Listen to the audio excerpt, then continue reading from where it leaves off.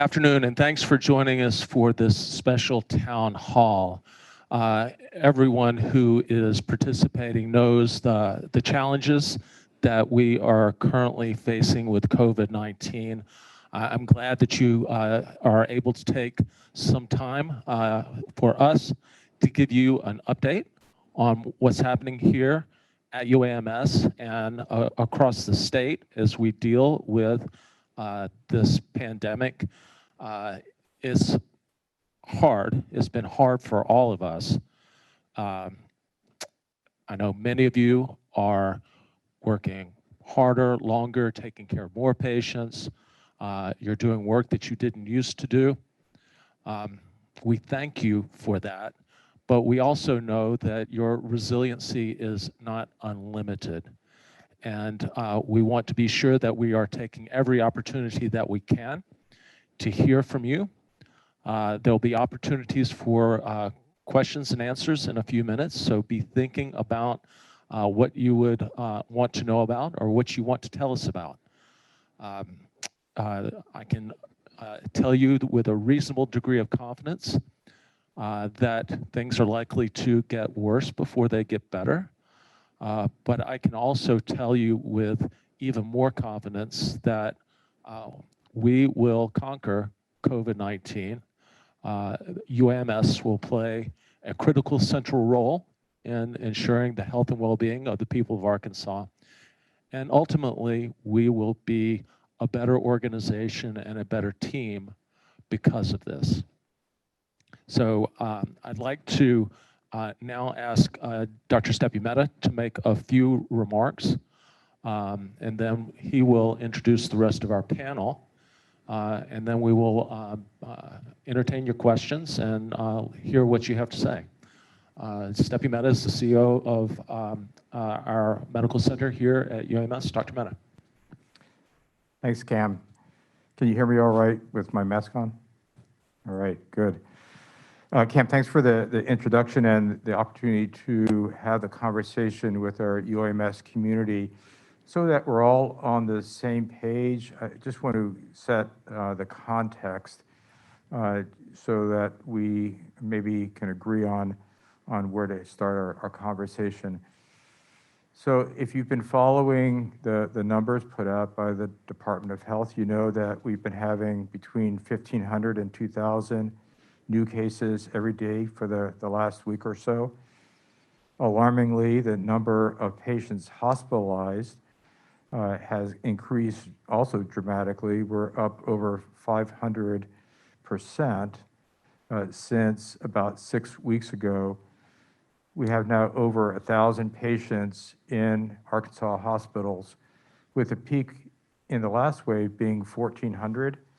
Given the projections that Mark Williams puts out every several weeks, we expect to surpass that sometime in the month of August. What's really concerning is that in the previous waves, we had a unnatural reduction in total hospitalization because we were adhering to a request by the governor and the Department of Health to curtail non-time sensitive care. So we had ample staff to take care of our patients with COVID. The situation is quite different now. Our hospitals were full before this wave of COVID started. And these are all patients that needed our care. There was not too much elective surgery involved in the care of these patients. So now we are starting off with already full hospital and now taking care of record number of COVID patients. You probably also know that this week we surpassed our peak number of 63 patients in-house, which was back last January. Yesterday we were at 75 patients. And we have more patients in our critical care units than we've had at any one time since the pandemic started. The good news is that we are a really skilled workforce. We know how to take care of COVID patients really, really well. Our nurses, our physicians, respiratory therapists, pharmacists, all of our support staff are real experts. And I think the testimony or the biggest proof of that is that despite patients being admitted who are sicker, the chance of dying in UAMS with COVID has continued to decrease over the duration of the pandemic. So this is because of the skill, the experience, the know-how, the technologies, the drugs. I don't want to underestimate the toll, as Cam suggested, that this pandemic, and especially this wave, is taking on all of you who work here, especially on the front lines. It's been a marathon for us already, and we have to continue to pace ourselves because this will be with us for some time to come. Cam, I also can't tell the future, but one thing I think we can also be confident on, that this wave will end as well, and we will get through it. We just don't know when that might be.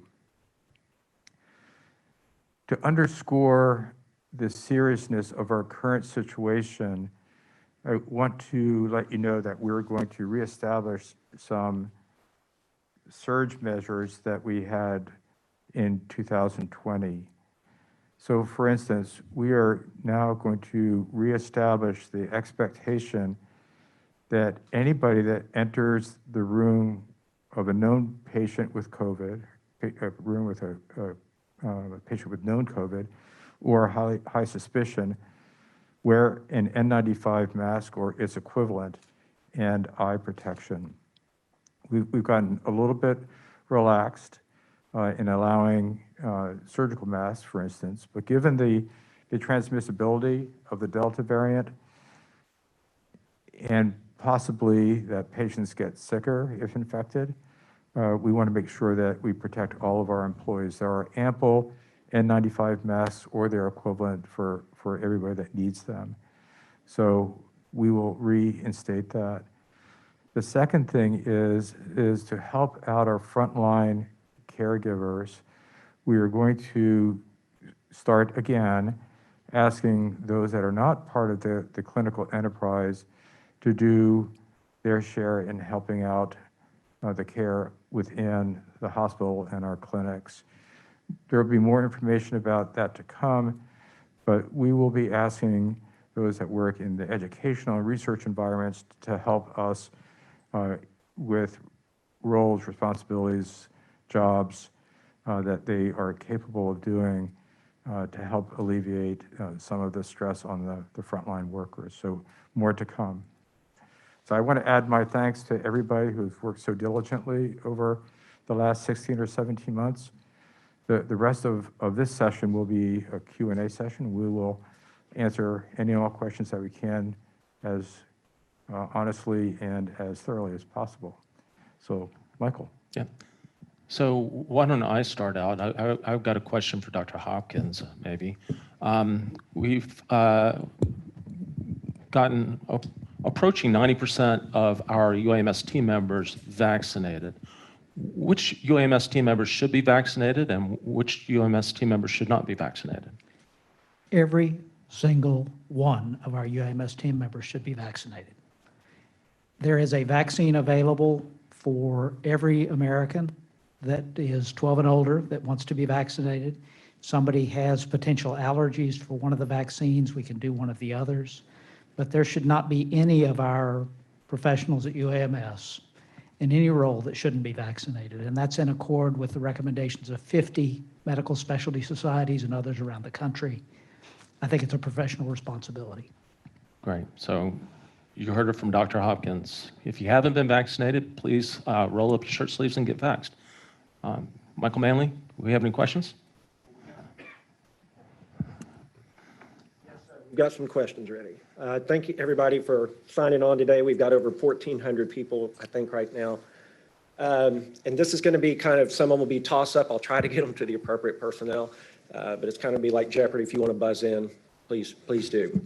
The first one we're going to talk about, gotten several questions about, is, and there was an article in today's paper about the Pfizer vaccine ebbing after you receive it. Are we considering booster shots? And if so, what will that look like? Well, to this point, there is not a recommendation for booster doses of any of the COVID-19 vaccines. There's very little data that we have to this point on the issue of boosters. The Centers for Disease Control Advisory Committee on Immunization Practices and the FDA are very actively discussing that topic with a number of vaccine experts here in the United States as well as internationally. And I would not be surprised if in the next several weeks we don't have some guidance on booster doses for certain people.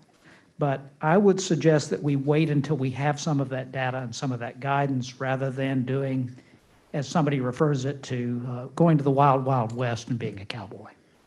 Dr. Krause, have you seen any evidence that people who were vaccinated early on have any evidence that the vaccines are waning? No.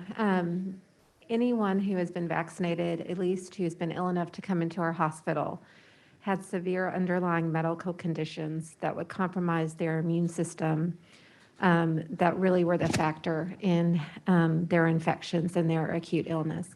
We have not seen anyone vaccinated in our hospital who was otherwise healthy. Next question I want to direct to Dr. Graham. Could you kind of address what our on-campus presence will be looking like this fall when it comes to our students? Sure. We are actively planning for the return of our students. Actually, in many of our colleges, our clinical students have been in clinical placements all summer, and so they're using the same sorts of protective measures as the rest of our clinical teams. But our classroom students will be returning in the College of Medicine this week and in the other colleges in the coming days. And we are following the advice and guidance of our infection prevention team, as well as the national recommendations from the CDC and so forth. So we are planning to have classes in person in our classroom, in our normal classroom settings, with everyone being masked. We know that in the College of Medicine, at least, the vast majority of our students have been vaccinated. I think it's 85+%. And so most of the people in the room will have been vaccinated, and we will do universal masking.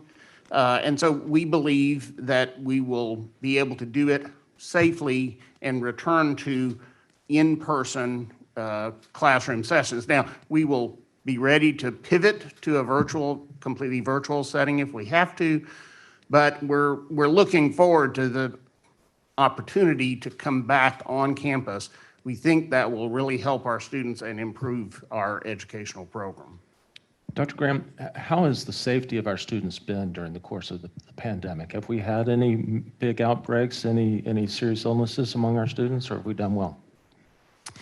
To my knowledge, we have had students who have contracted the infection, but to my knowledge, none of them have required hospitalization or intensive care. So certainly a lot of exposures and some positives, but they've simply quarantined and recovered.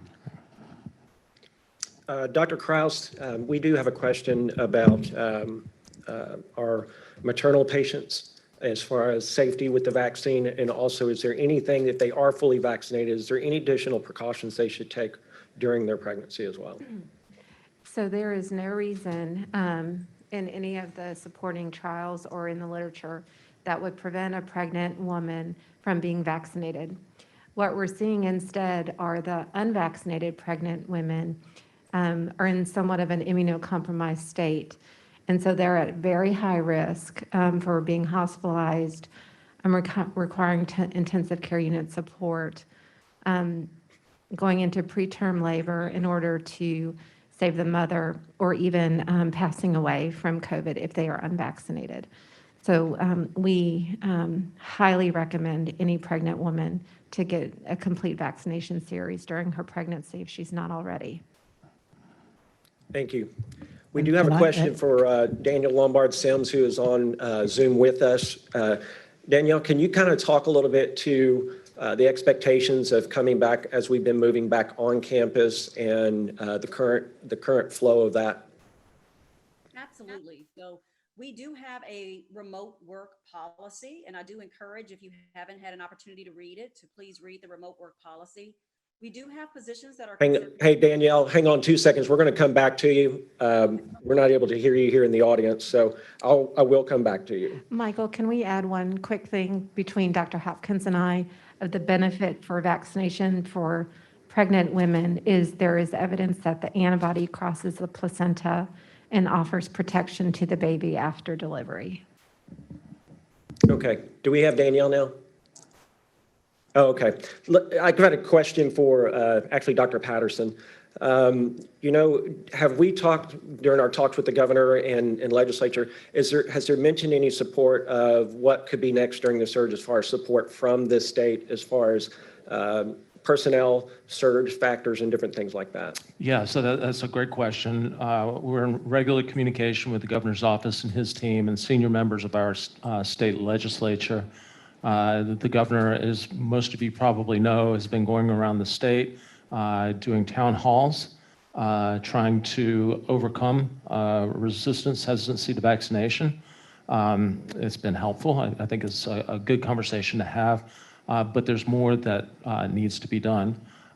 We are having conversations about whether, if we do continue to see a surge, whether we might need a special unit offsite to divert patients to, whether those are COVID-19 positive patients or maybe non-COVID-19 positive patients that we could move out of the main hospital to create additional capacity. Our biggest constraint, and those of you who are in clinical areas know this, is that we simply don't have enough staff.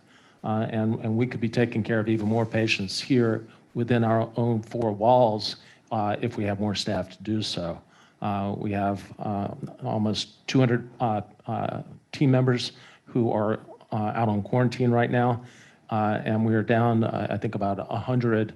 We have about 100 nursing vacancies on top of that. So that just within the world of nursing, you get a sense of how much the team is struggling to take care of many more patients than we normally do with a lot less resources.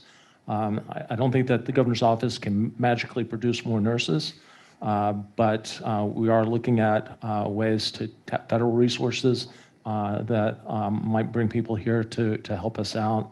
We also need to think about the fact that if things really do get scary, then people who were doing other jobs may need to pitch in with clinical support. If you're part of our institutional advancement team, you're probably not going to be doing a lot of fundraising right now. Maybe you can help out in delivering foods to our patients, things like that, so the people who are doing that can do other jobs.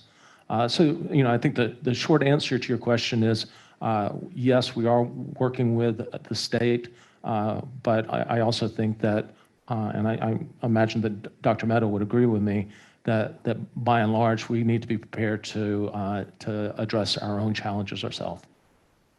Thank you. I think we have Danielle now online. Are you there, Danielle? Yes, can you hear me now? No.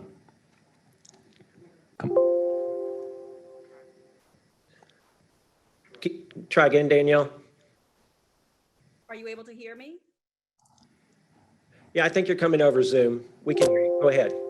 Okay, great. So in regards to the remote workforce, I believe that was the initial question. We have a remote work policy in place, and that policy does allow those positions that are not campus critical to remain working from home as long as you have your supervisor's approval. So those positions that are campus critical, obviously those at the bedside providing direct or indirect patient care, as well as positions that may be required for our students who are coming back on campus. Those positions will be coming back on campus, and you can certainly work with your leaders in regards to what that return to work looks like. But we have not taken back our remote work policy as it stands, and there are different options. There's 3 different options under that remote work policy today. Thank you, Danielle. Next question, I think probably needs to go to either Dr. Mehta or Dr. Kraus. Has there been discussion at this point, as of today at 12:21 p.m., as far as cutting back on any of our elective surgeries or any of our other services? We have an ongoing committee that is planning for our surge. And I can just expand on the three areas we're looking at: critical care, inpatient care, and ambulatory care. So for critical care, we've already expanded into 2 new areas in the hospital to care for both COVID and non-COVID ICU patients. That includes our F4 unit, which was predominantly our trauma unit. And then on the second floor in the what's called the RPR, Radiology Procedural Recovery area, we are now caring for critical care patients. We would like to keep non-COVID patients in those areas since it's not negative pressure. So we have the ability to expand critical care services in those areas. From the floor standpoint, we have opened up 3 of the units in the old hospital. They're called the A wings. And so our COVID patients are now filling those 3 wings up. One of the little glitches in the ability to care for our COVID patients is that we had utilized the 9th floor of the hospital, which is about 60 beds, in the previous surge. In the midst of this, we have been remodeling our bone marrow transplant unit. And so while that remodeling is occurring, our cancer patients have moved up to that 9th floor. So in the interim, we will be housing additional COVID patients on our regular hospital units. And if we reach a certain capacity, we have planned to start doing double occupancy so that COVID patients may be roomed together with the hope that it would be family members or relatives roomed together, but roomed together until we can move back up into that 9th floor and move our bone marrow transplant patients back to their unit on E7. From the ambulatory standpoint, we are starting a surge plan for the medical specialties in primary care next week. We are going to move our pulmonary critical care and infectious disease specialists out of the clinic so that we can devote their time more to inpatient work. We are going to be looking at our ambulatory primary care providers on campus to move more of their clinic sessions to virtual sessions. This will free up staff. It will also free up space that we are looking for if we need to expand our monoclonal antibody infusion clinic at family medicine. It will expand those physicians to cover inpatient services. And we are also looking at some ambulatory space in the outpatient clinic if we needed to open up a observation unit or a short stay unit, and that would allow providers to be seeing patients more remotely. A couple months back, Dr. Robertson and Tammy Jones developed a modified surge plan for surgical patients as such that there can only be so many admissions per day and critical admissions per day. So that's kind of where we stand as of this week. Things may need to be changed, but right now that's our plan. Thank you. And I'd like to remind everybody in the virtual audience, if you have a question, please put them in the Q&A and not the chat. That is what we are looking at right now.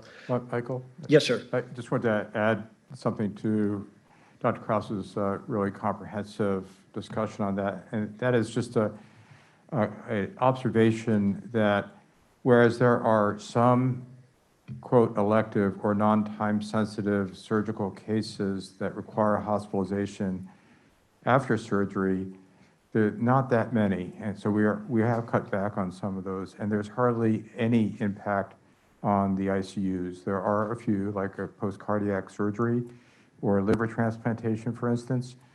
But the real opportunity for decreasing hospital utilization to allow for COVID patients is to cut back really on the patients requiring a medical surgical bed.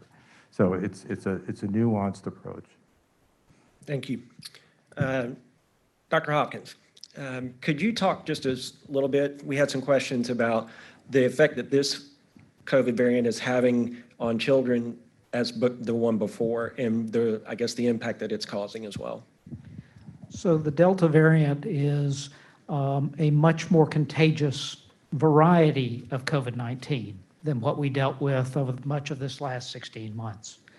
And that means that we're seeing people catching the infection, having more severe infection than we saw a year ago.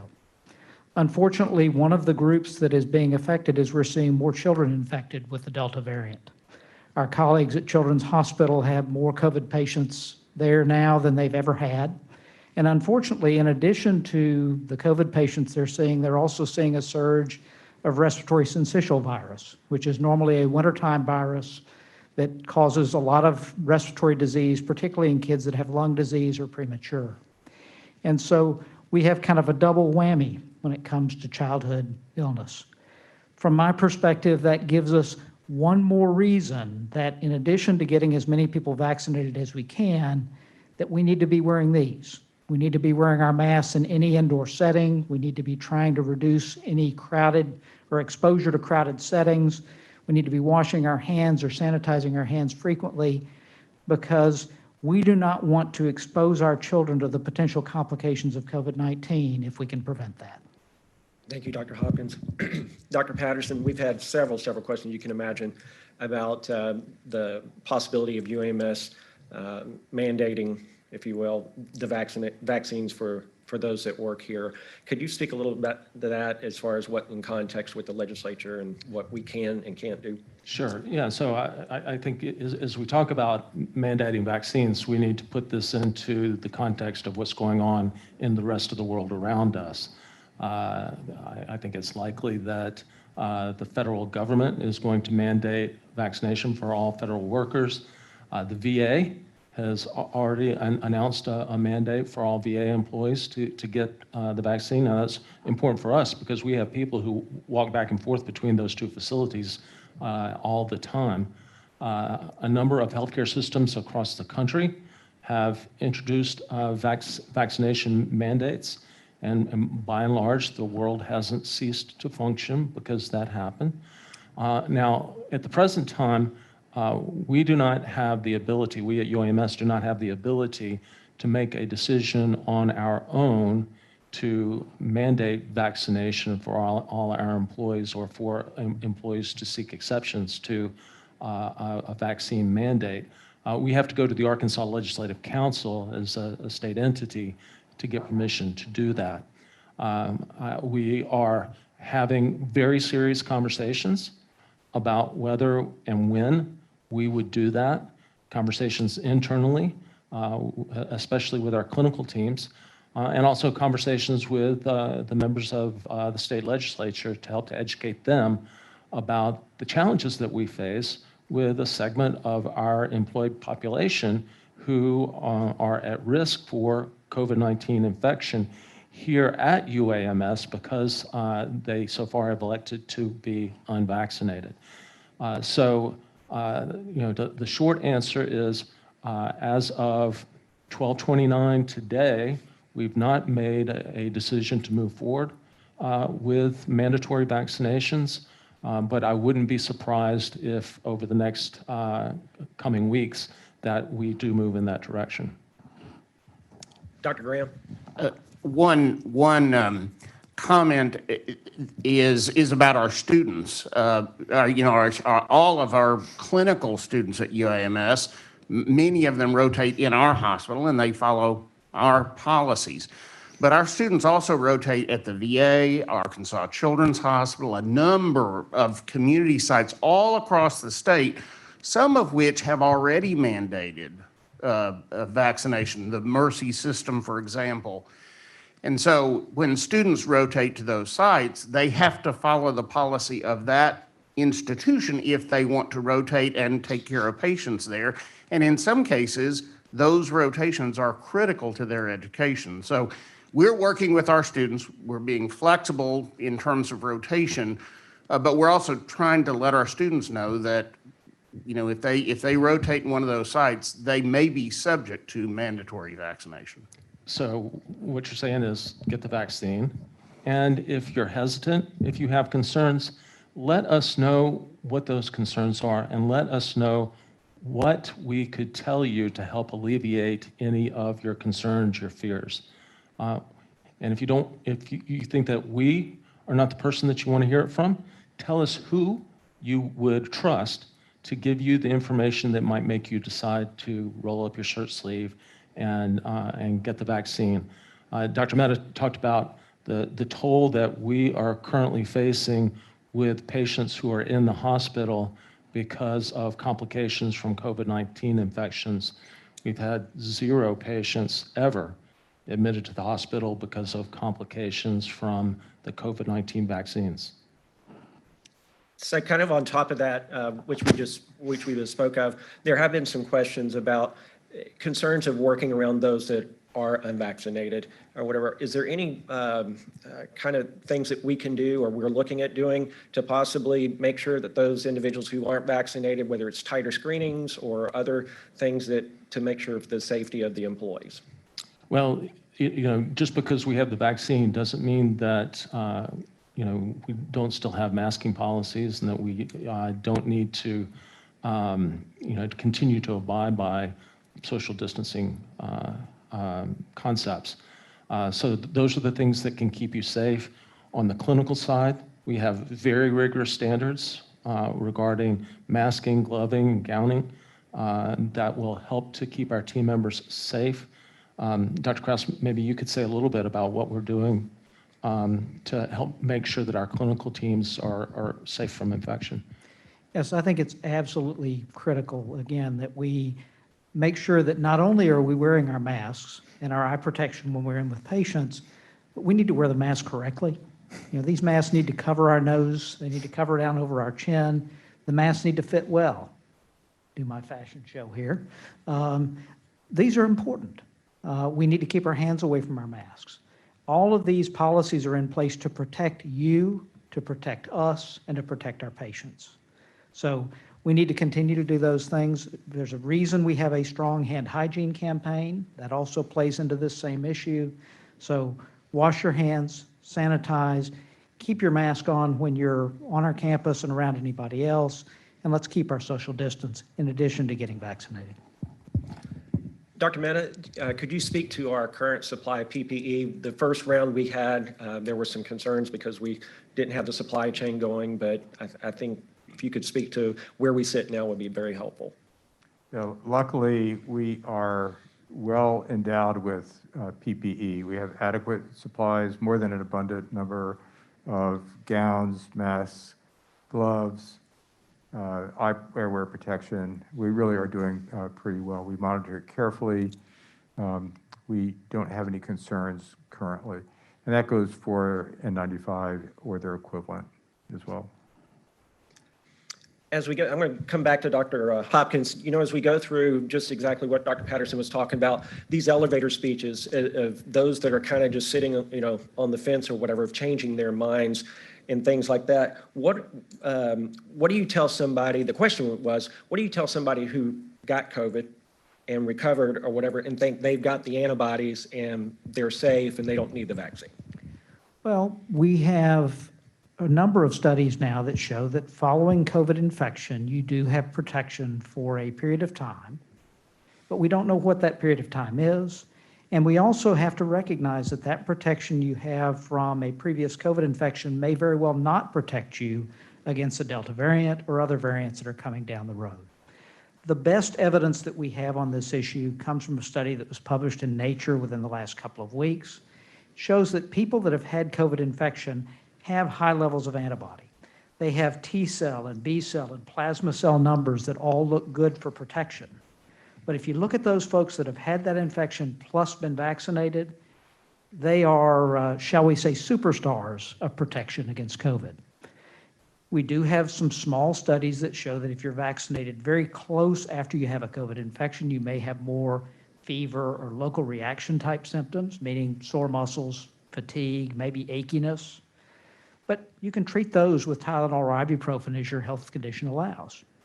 And so generally my advice to somebody that's recovered from COVID is get through with your quarantine, get out 2 to 4 weeks from your COVID infection, and then get in there and get vaccinated if you haven't been already.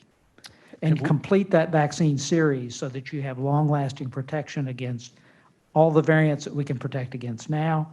And we will keep on top of the literature about whether boosters are needed down the road and what those boosters are, and we will certainly communicate those as soon as there's guidance about that.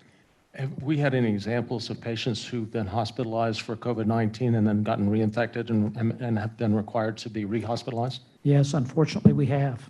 And at least one or two of those I know of have ended up in the intensive care unit with those second infections. So I just want to clarify, you said 2 to 4 weeks?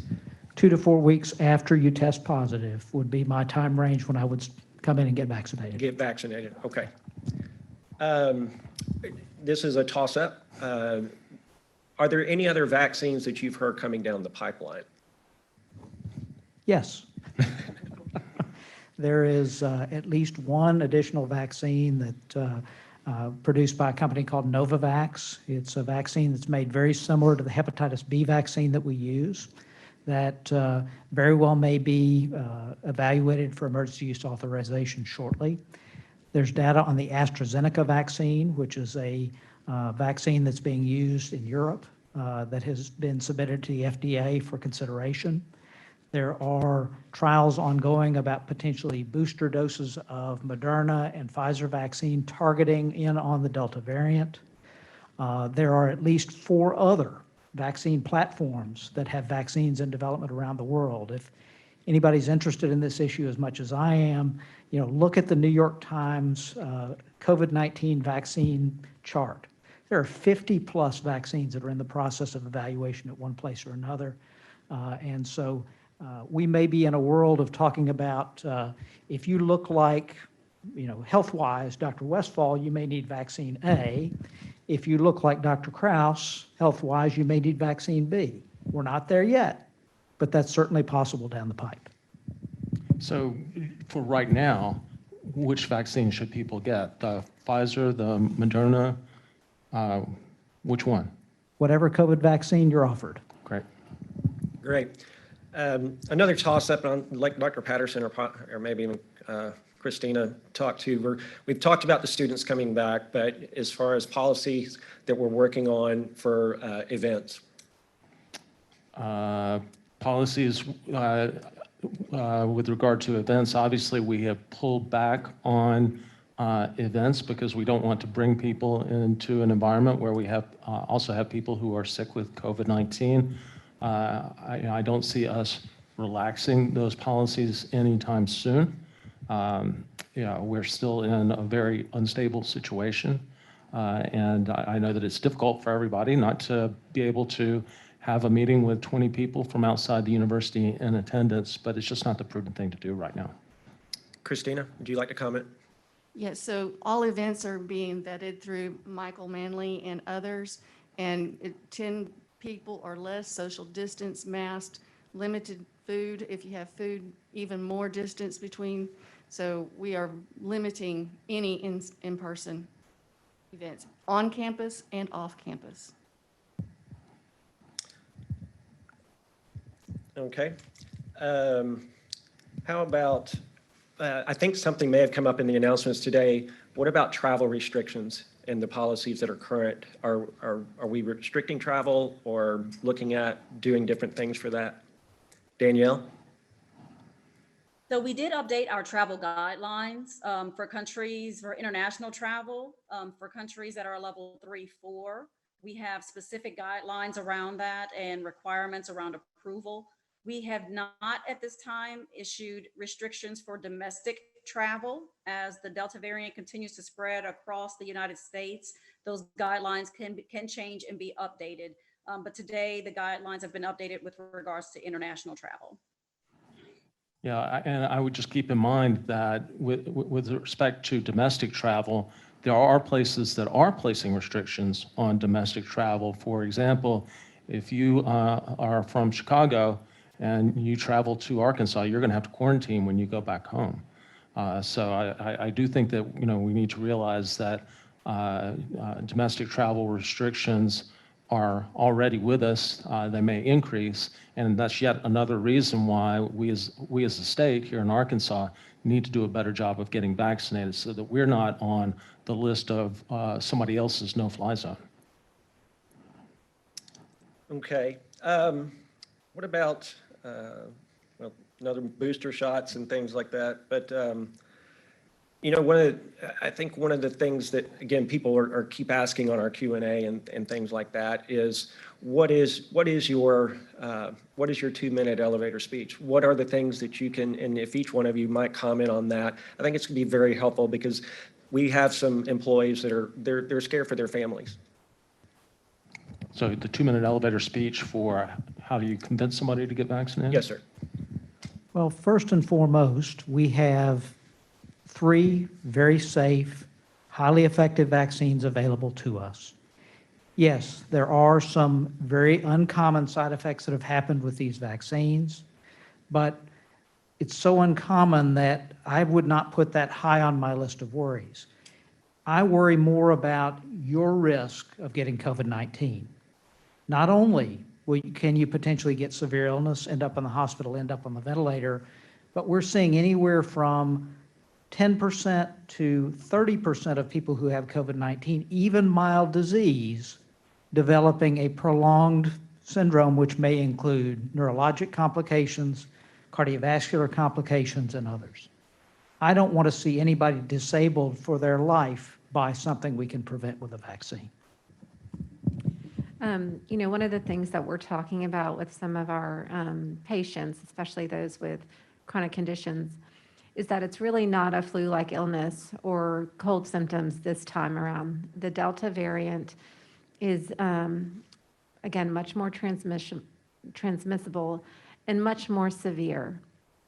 So that, what I tell some of my patients is, you would have wished you had the COVID from last year. You really don't want the COVID from this year. In all likelihood, if you are a certain age or with health conditions, you're going to end up in the hospital and potentially end up in that intensive care unit. And so just go ahead and get vaccinated, because you're choosing vaccine or you're potentially choosing hospitalization, disability, or death. And that's the real decision in a lot of our patients now. And so it's not a cold, it's not a flu, it's not a handful of days at home anymore. This is a very different virus, and we need to really think about why you're saying no to the vaccine. Dr. Hopkins, you mentioned the 10 to 30% of individuals who test positive for COVID-19 who go on to have long-term consequences.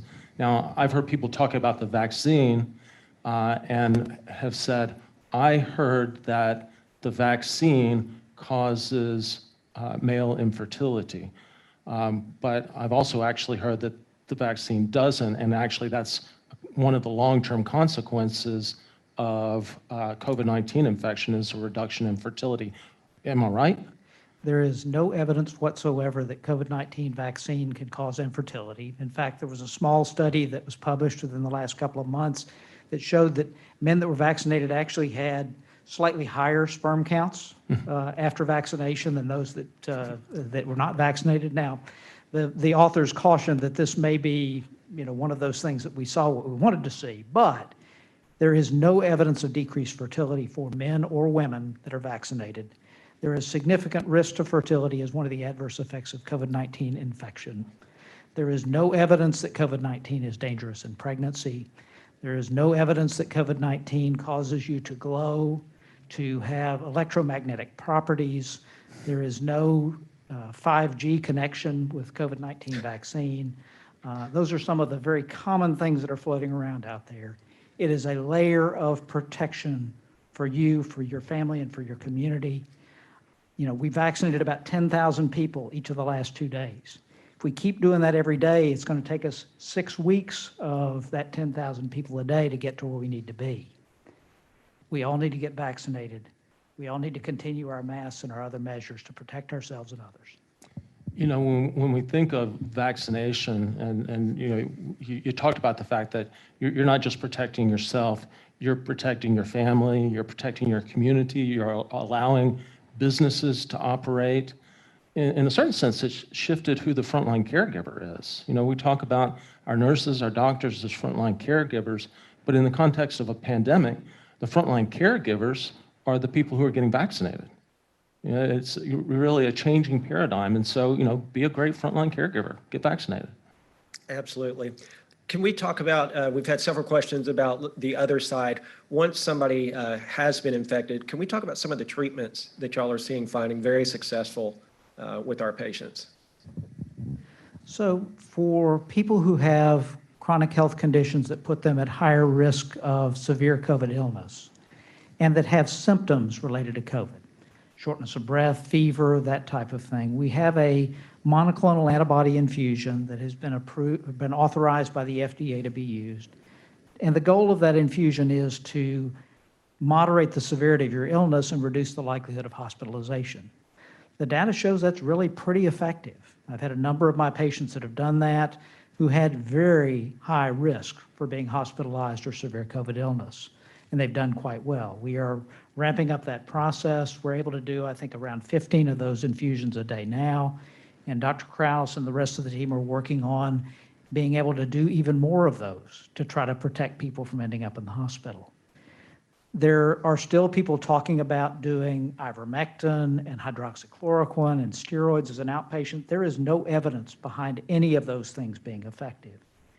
If you have severe enough COVID to be in the hospital, there are a number of hospital-based treatments that can be used, particularly in people that need to be on oxygen. But our goal is to keep you from getting to that point. Thank you, Dr. Hopkins. This kind of touched base. We got one last question, but somebody commented or put in the comments. So we had talked about, our frontline workers and the way they were taking care of the first surge and everything. And somebody commented that Volunteer Services is coordinating community restaurant donations again to help feed our staff and showing support and efforts through the funds from the donations. Everybody did such a spectacular job the first time, and I think our team UAMS is going to rally once again for this. So thank you for that comment. I think the last question, maybe Dr. Mehta could kind of explore on, is we've got the shortage of nurses, we've got other shortages and everything. What can we do to help expedite getting those individuals on board so they don't go somewhere else, maybe, or as far as, again, rebuilding that staff? I might have or ask Danielle to chime in on that. We have a very thorough process that our Human Resources Department uses to vet employees, and all for good reasons. Some of the processes that are employed may be done in parallel and become a little bit more efficient. We recognize that the length of time it takes between recognizing or identifying an individual that would be, from a skill set and experience, a fine fit for us, to the time that they start working often is 2 or 3 months, and we're at risk of losing them, especially in an environment where all other hospitals are looking for the same group of employees. So we have to get a little bit more nimble. Danielle, if you have anything to add to my comments, that would be great. Certainly. So we are looking to implement processes like Steffi was mentioning that will expedite the onboarding. A couple of things that we've put into place already is expedited with the background checks. So we absolutely are still doing background checks, but we're making contingent offers pending state checks, which tends to be more of a holdup than the federal. And we have not seen where someone passes the federal check and doesn't pass the state check. So we feel very confident in making those contingent offers. We're also looking at a new vendor for our drug testing because we've had some holdups there. We've also implemented for just our nursing and direct patient care a weekly orientation so that we can get them onboarded sooner. So those are just some of the things that we're doing to help to expedite the nursing shortage and assist with the nursing shortage. In addition, Trenda and I have had discussions on other mid-term and long-term staffing strategies so that we're not just looking at this in the short term, but that we have ongoing strategies going forward. Great. Thank you, Danielle. I want to thank everybody who participated. I know that there are questions that we didn't get to.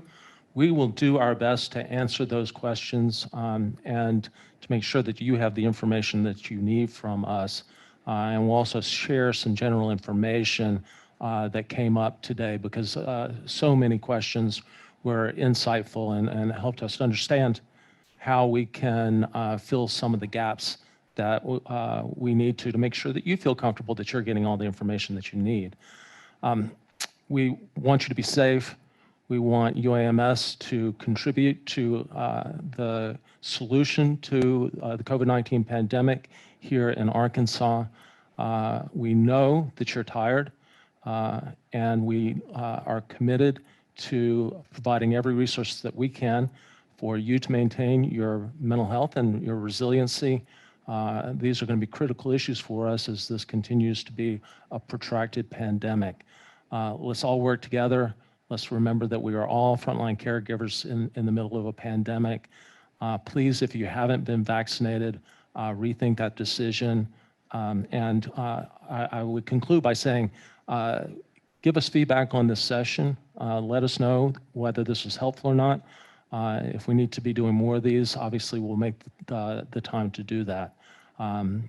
Stay safe and have a good afternoon.